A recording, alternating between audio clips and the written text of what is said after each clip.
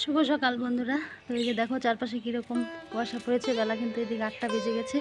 তো আমার কাজ বলতে উঠান ঝাড় দেওয়া, গোবর ফেলা হয়ে গেছে। তো এখন এই যে কিছু বাসন আছে সেগুলো মেজে তারপরে রান্না বসাবো। তো এখনও কিন্তু কেউ উঠেনি, আর প্রচুর কিন্তু কুয়াশা পড়েছে, কিছু দেখা যাচ্ছে না। দেখো যে কিন্তু শুয়ে থাকলে তো হবে না, কাজ তো করতেই হবে। তো এই যে দেখো চারপাশটা কীরকম কুয়াশা।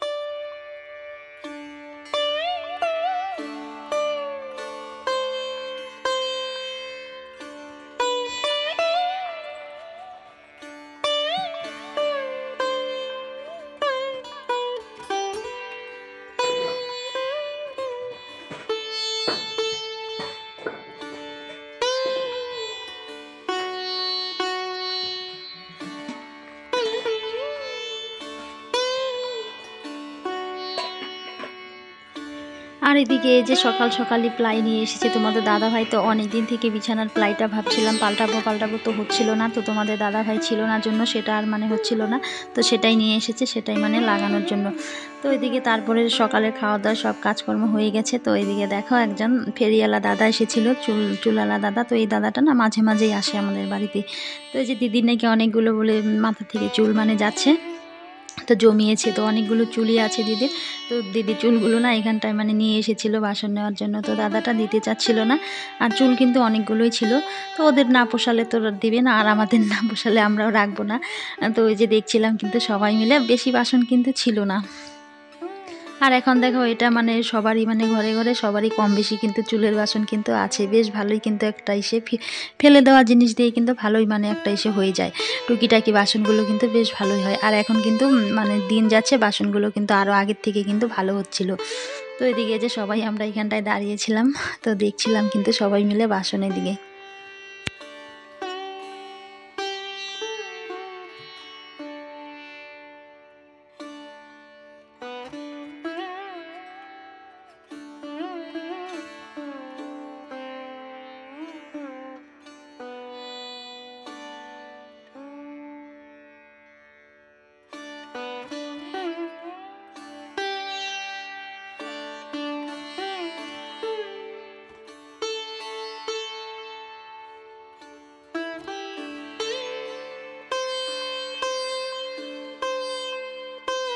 যে সকালে রান্না বান্না খাওয়া দাওয়া কাজকর্ম এক পর্ব শেষ হলো।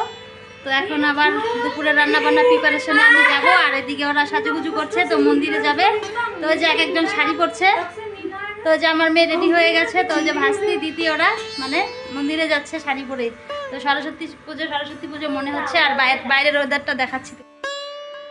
তারপর দেখো ওরা রেডি হয়ে কিন্তু বেরিয়ে গেল। তো তোমাদের তো বললাম ওরা মন্দিরে যাবে। তো সকালের খাওয়া দাওয়া হয়ে গেছে। তো বাড়ি ফাঁকার জন্য আমি যেতে পারলাম না, তা না হলে কিন্তু আমারও ইচ্ছে ছিল। কিন্তু বাড়িতে আবার যে দুপুরে রান্না বান্না আছে, তো এর জন্য আমি যাইনি। তো যা ওই আরেক যা মানে বাড়িতে নেই, ওই দিদি যদি বাড়িতে থাকতো তাহলে মানে যেতে পারতাম। তো এই যে ওরা কিন্তু সবাই যাচ্ছিলো, তো মেয়েও যাচ্ছিলো, আমার মেয়েও যাচ্ছিলো। তো এই যে এখন আমি ওরা চলে গেলে এদিকে আমি স্নান সেরে তারপরে কিন্তু রান্নাবান্নাটা এদিকে বসিয়ে দিব। আর কিন্তু বেশ ঠান্ডা ঠান্ডা আজকে ওয়েদারটা বাইরে। আর ওরা এরকম সাজুগুজু করছিল, দেখে মনে হচ্ছিল যেন সরস্বতী পুজো মনে হচ্ছিল। তারপরে দেখো এই যে ওরা কিন্তু এদিকে টোটোতে উঠে গেছে, আর আমি এখানটায় দাঁড়িয়ে দাঁড়িয়ে দেখছিলাম। তো বাড়ি থেকে কেউ গেলে কিন্তু ভালো লাগে না, মনটা খারাপ হয়ে যায়, আর সারাদিন বাড়িটা ফাঁকা থাকবে কিন্তু। তো এদিকে আমি এই যে দাঁড়িয়েছিলাম, দাঁড়িয়ে এখানটায়, আর আমাদের গরুটা দেখো টোটোটা দেখে কিন্তু ভয় পাচ্ছিল। আর একটা আপেল ছিল কিন্তু আমার হাতে, তো মেয়ে আপেলটা আর্ধেক খেয়ে রেখে দিয়েছিল, তো সেটাই আমি একটু খাচ্ছিলাম। তো এখন এই যে স্নানে চলে যাব কিন্তু। আর এই যে যখন সবাই বাড়িতে আসে তখন কিন্তু বাড়িটা ভরা ভরা থাকে, বেশ কিন্তু ভালো লাগে। আবার যখন চলে যায় তখন কিন্তু মনটা খারাপ হয়ে যায়। তো দিদি আর ভাস্তি ওরা চলে যাবে, আর তোমাদের দাদা ভাই কতদিন থাকবে, তারপরে কিন্তু ও মানে মাসখানেক পরে কিন্তু চলে যাবে, আবার কিন্তু সেই বাড়িটা ফাঁকাই হয়ে যাবে। তারপরে এই যে স্নান ধান সেরে কিন্তু রান্না বান্নায় চলে আসলাম। আর আজকে কিন্তু বেশ ঠান্ডা দিয়েছে, রোদ্দুরটাও একদম হালকা, আর বাইরে কিন্তু হাওয়া দিচ্ছিল, আর ভীষণ ঠান্ডা লাগছিল। তো আমি এদিকে যে রান্না করছিলাম, বাড়িতে কেউ নেই, আমি আর মাই শুধু। আর যখন সবাই আসে বাড়িতে, সবাই যখন গল্প মানে হয় তখন কিন্তু কাজগুলো হয় না, আর কাজগুলো তখন করতে ইচ্ছে করে না। আর এখন এই যে বাড়িটা ওরা মানে ঘুরতে চলে গেল, এখন কিন্তু ফাঁকা হয়ে গেছে, আর এখন কিন্তু আমার অনেকটা কাজও কিন্তু এগিয়ে গেছে। আর বেশি মানুষ বাড়িতে থাকলে দেখবে বন্ধুরা কোনো কাজ কিন্তু এগোয় না, খালি হই হুল্লোড়ই কিন্তু বেশি হয়। তো এদিকে রান্না করতে করতে অনেকটাই দেরি হয়ে গেছে, আর ওদেরও আসতে অনেকটাই দেরি হবে। তো এদিকে দাদা আছে বাড়িতে, তো তোমাদের দাদা ভাই তো আবার এই যে গরুকে ঘাস কেটে খাওয়াচ্ছিল, তো গরুর জন্য ঘাস কাটতে মানে চলে গেছে। তো এসে আবার স্নান করে কিন্তু আবার খাওয়া দাওয়া করবে। তো এদিকে মানে গ্যাসে ভাতটা বসিয়ে দিয়ে উনানে কিন্তু তরকারি করে নিচ্ছিলাম আমি। তো আমাদের বাড়িতে কিন্তু একদিকে আসতে থাকে লোকজন, আরেকদিকে কিন্তু যেতে থাকে। তো ওই যে বাড়ির লোকই তো কয়েকদিন আগে বড় যা এসেছিল, তো বড় যা দুদিন থেকে চলে গিয়েছে, তারপরে আবার সেজে যত বাপের বাড়িতে গিয়েছে, অনেকদিন পরে গিয়েছে, তো এখনো আসেনি। তো আবার যে আজকে এসেছে, আজকে বলতে কালকে, তো আমার বর এসেছে, আর যে দিদি ওরা এসেছে, ওরাও আবার চলে যাবে। তো এই যে এরকমটাই হতে থাকে জানো, আমাদের ফ্যামিলিতে সবাই একসঙ্গে কিন্তু সব সময় থাকে না, একজন আসে একজন যাচ্ছে আসছে, এরকমটাই কিন্তু আনাগোনা আমাদের মানে চলছেই। আর বন্ধুরা, ভিডিওটা যদি এই অবধি ভালো লেগে থাকে তাহলে কিন্তু তোমরা অবশ্যই কিন্তু আমার ভিডিওর শুরুতে একটা লাইক দিয়ে ভিডিওটা দেখা শুরু করবে। আর যদি নতুন কোনো বন্ধু এসে থাকো, তারা যদি ভিডিওটা দেখে থাকো, তাহলে অবশ্যই কিন্তু আমার চ্যানেলটাকে সাবস্ক্রাইব করে দিও, সাবস্ক্রাইব করে আমার পাশে নতুন বন্ধু হয়ে থেকে যেতে পারো। তো আমিও কিন্তু তোমাদের পাশে যাব, কিন্তু সেটা সময় মেনে। কিন্তু তার আগে কিন্তু এই যে অনেক বন্ধুরা আছে বোঝে না, আগেই মানে 24 ঘন্টা আগেই সাপ করলে কিন্তু সাপ অনেকটাই কেটে যায়। আর আমি কয়েকদিন থেকে না ভালোভাবে সময় মতো কারো কাছে যেতেও পারছিলাম না, আর ভিডিও মানে আমার দিতে অনেকটা টাফ হয়ে যাচ্ছে। বুঝতেই পারো, বাড়িতে লোকজন আসলে একটু কাজের এসে মানে চাপ একটু থাকেই, তো একটু গল্প গুজব করতেও তো ভালো লাগে, অনেকদিন পরে আসে। তো এদিকে তোমাদের সাথে অনেক কথা বললাম, বলতে বলতে এদিকে আমার রান্না তরকারিটা কষানো হয়ে গেছে। তো এখন এই যে জল দিয়ে দিয়েছি, এখন এই যে জিরে ভেজে রেখেছিলাম, সেই জিরে কিন্তু বেটে দিয়ে তারপর তরকারিটা এদিকে নামিয়ে দেবো। আর এদিকে কিন্তু এখন রান্নার ঝামেলাটা বেশি, কারণ এক একজন কিন্তু এক একটা খাচ্ছে না। তো এর জন্য তোমাদের দাদা ভাই আবার এদিকে কপি খেতে চায় না, আবার চালানি বরফের মাছ খায় না। তো এদিকে আবার দিদি আবার এদিকে মানে বেগুন সিম এগুলো খায় না, মানে এক একজনের খাওয়ার বাস এক একটা। তো দাদা আবার এদিকে মানে আলু খাবে না, মানে এইভাবে এখন ভাগে ভাগে রান্না করতে হচ্ছে, এর জন্যই মানে আরও বেশি মানে সমস্যা হচ্ছে। তো এদিকে যে বাটা মাছ এনেছিল, তো তোমাদের দাদা ভাইয়ের জন্য বাটা মাছ দিয়ে কিন্তু ঝোল করেছিলাম আলু বেগুন দিয়ে।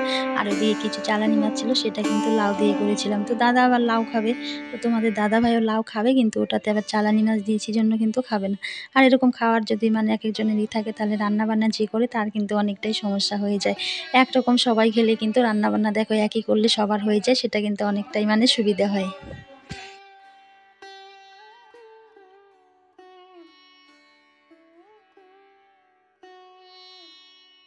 তো বন্ধুরা, এই যে রান্না বান্না হয়ে গেছে, কিন্তু খাওয়ার লোক নেই। তো দাদা স্নান করলে দাদা খাবে, আর বাড়িতে কেউ নেই, দিদি ওরা তো পুজো দিতে গেছে, আর তোমাদের দাদা ভাইও গেছে একটা কাজে গেছে।